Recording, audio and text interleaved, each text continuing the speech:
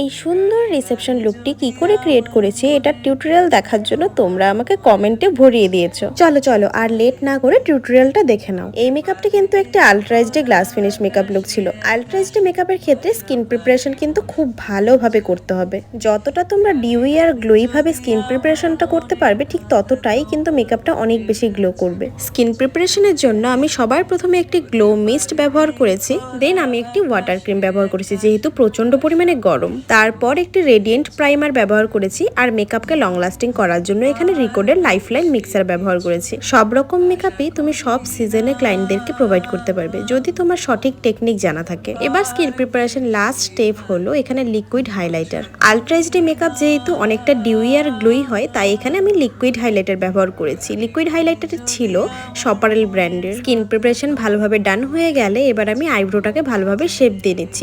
Eyebrow নিয়ে আজকে তোমাদেরকে কিছু বললাম না কারণ আইব্রো নিয়ে অলরেডি চ্যানেলে খুব ভালোভাবে ভিডিও পোস্ট করা আছে। এবার ফাউন্ডেশন ইউজ করার আগে স্কিনটাকে নিউট্রালাইজ করে নিয়েছিলাম ফরএভার 52 টেন্ডার ক্রিম দিয়ে।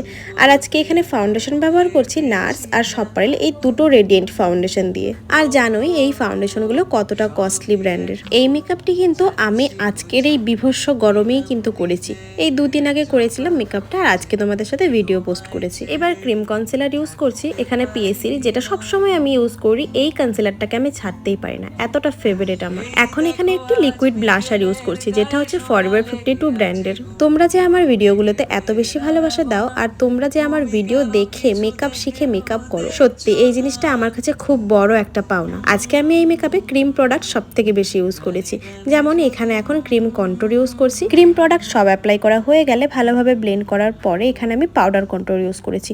মনে রাখবে মেকআপে তুমি যেগুলো ক্রিম বেশি ইউজ করবে সেগুলোকে কিন্তু পাউডার দিয়েও লক করতে হবে। এবার এখানে পাউডার ব্লাশার অ্যাপ্লাই করে নিয়েছি। এখন যেখানে যেখানে পাউডার লকিং হয়নি সেই জায়গাগুলোতে আমি পাউডার দিয়ে খুব ভালোভাবে পুরো মেকআপটাকে লক করে নিচ্ছি। এই আলট্রাইজড মেকআপের ক্ষেত্রে পাউডার লকিং টেকনিকটা একটু আলাদা, যেটা আমাদের ক্লাসে খুব ডিটেলস শেখানো হয়। এবার আমার ফেভারিট হাইলাইটার যেটা হচ্ছে রিকোড ব্র্যান্ডের, এটা আমি খুব ভালোভাবে ইউজ করে নিয়েছি। আজকে আমি এখানে দুটো হাইলাইটার ইউজ করেছি, এক হচ্ছে রিকোডের, দেন পরে আমি ম্যাকের হাইলাইটার ইউজ করেছিলাম। পুরো বেস মেকআপ ডান হয়ে যাওয়ার পরে এখানে আমি শার্লিন টিলবারের ফিক্সার দিয়ে অল ওভার মেকআপকে ডান করে দিয়েছি।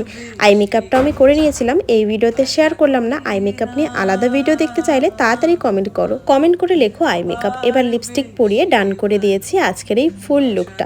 তোমাদের আজকের এই লুকটা কেমন লাগলো ঝটফট কমেন্ট করে জানাও তো। আর কোনো রকম কোশ্চেন থাকলে অবশ্যই কমেন্টে জানাতে পারো। এবার আমার ফেভারিট মিউজিকের সাথেই পুরো লুকটা দেখে এনজয় করো। চলো টাটা। গানে গানে যদি আমার মনের কথা তোমার মনের কাছে পৌঁছে যায়, হতে পারে এই খোলা আকাশে আকাশে পাশাপাশি বসতে চাই। আর বেশি কিছু আশা করি না।